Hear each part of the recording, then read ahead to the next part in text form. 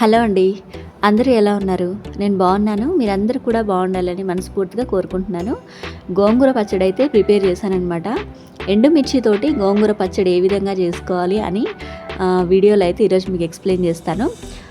జనరల్గా పచ్చిమిర్చితోటి చేసుకుంటూ ఉంటాం, గోంగూర పప్పు చేసుకుంటుంటాం, రకరకాలుగా గోంగూరని యూజ్ చేస్తూ ఉంటాం కదా. గోంగూర చికెన్ అని, మటన్ అని ఇలాగా.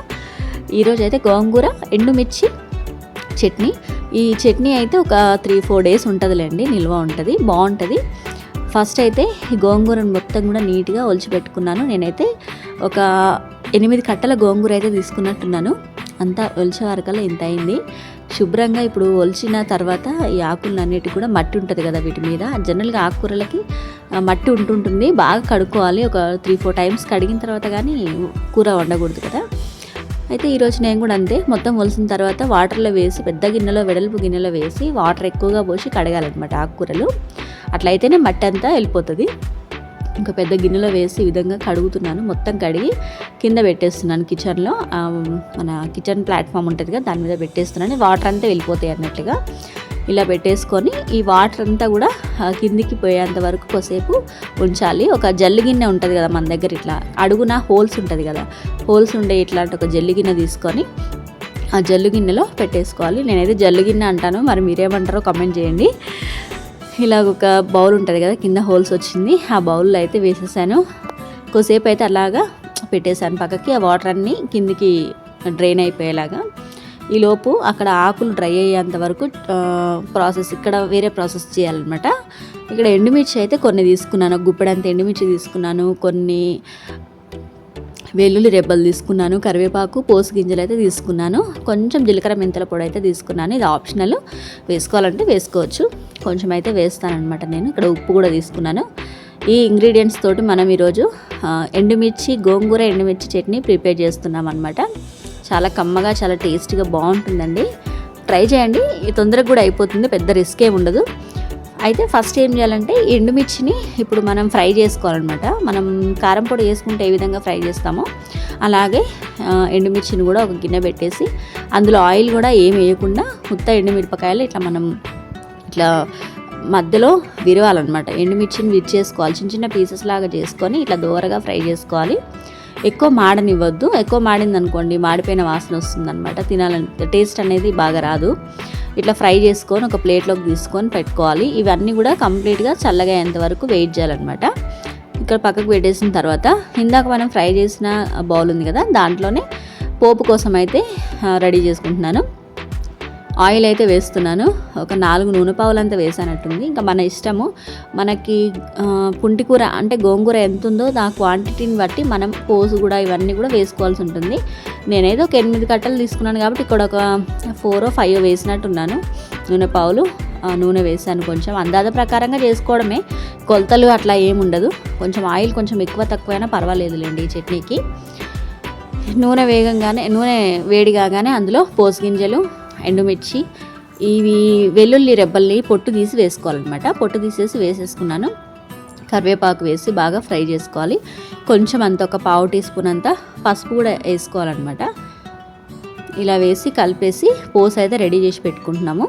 ఈ పోసు అనేది మనం తర్వాత కలుపుతాం అనమాట చట్నీలో కలపడానికి. ఈ పోసు కూడా పక్కకు పెట్టేసుకోవాలి. స్టవ్ ఆఫ్ చేసేసుకొని ఇంకా ఈ గిన్నెని గాలి వచ్చేటట్టుగా ఒక దగ్గర పక్కకు పెట్టుకోవాలి. ఎందుకంటే కొంచెం చల్లగా అయిపోవాలి. ఆయిల్ కూడా కంప్లీట్గా చల్లగా అయిపోవాలి, ఎండుమిర్చి కూడా చల్లగా అయిపోవాలి. ఈ లోపు ఇక్కడ మనం కడిగి పెట్టుకున్న గోంగూర ఉంది కదా, ఈ గోంగూరను ఏం చేయాలంటే ఒక బౌల్లో వేసి ఉడికించుకోవాలి. ఇలా నేను ఒక బాండీలో వేసేసి ఫస్ట్ వేసిన తర్వాత దాని మీద ఒక్క నూనె పావు అయితే పోస్తున్నాను అనమాట. అంతే సరిపోతుంది. కొంచెం ఒక నూనె పావు వేసి స్టవ్ వెలిగించేసి మూత పెట్టేసి మంటని సిమ్లో పెట్టేసి ఒక 5 మినిట్స్ వదిలేయాలి. 5 మినిట్స్ తర్వాత తీసి చూస్తే ఈ విధంగా ఉడుకుతుంటుంది, దగ్గరికి అయిపోతూ ఉంటుంది ఆ గోంగూర. ఇంకా ఇందులో మనం ఏం యాడ్ చేయట్లేదు, కొంచెం ఆయిల్ వేసాను అంతే. ఇలా దగ్గరగా అయితే గోంగూరని ఉడికించుకోవాలి. తొందరగానే ఉడుకుతుంది. ఒక 5-6-7 మినిట్స్లో ఉడికిపోతుంది. ఒక 5 మినిట్స్లో ఉడికిపోతుందిలేండి, పెద్ద టైం ఏం పట్టదు. ఇట్లా దగ్గరగా అయిందాక ఉడికించుకోవాలి. ఇట్లా వాటర్ వచ్చేస్తూ ఉంటాయి అనమాట. ఇట్లా మొత్తం కూడా ముద్దలాగా అయ్యేలాగా ఉడికించుకొని స్టవ్ ఆఫ్ చేసేసుకొని దింపేసుకోవాలి. ఈ విధంగా అయితే రావాలన్నమాట. ఇలా గోంగూరను ఉడికించుకోవాలి. ఇక్కడ పోస్ట్ కూడా రెడీ చేసుకోవాలి. ఎండుమిరపకాయలు కూడా రెడీగా ఉండాలన్నమాట. ఇవి 3 కూడా కంప్లీట్గా చల్లగా అవ్వాలి. గోంగూర కూడా చల్లగా అవ్వాలి, ఎక్కడ వేడి ఉండొద్దు.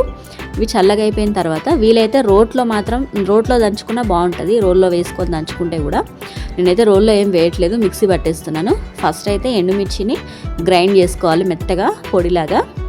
ఇందులో కొంచెం సాల్ట్ వేసుకొని గ్రైండ్ చేసుకోవాలి. సాల్ట్ మన ఇష్టం, ఇంకా మన టేస్ట్కి సరిపడంతా వేసుకోవాలన్నమాట. వేసేస్తున్నాను.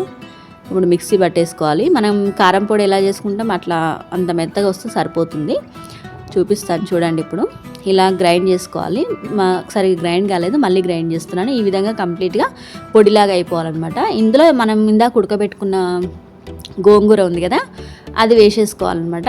గోంగూర కూడా కంప్లీట్గా చల్లగా అయిపోయింది.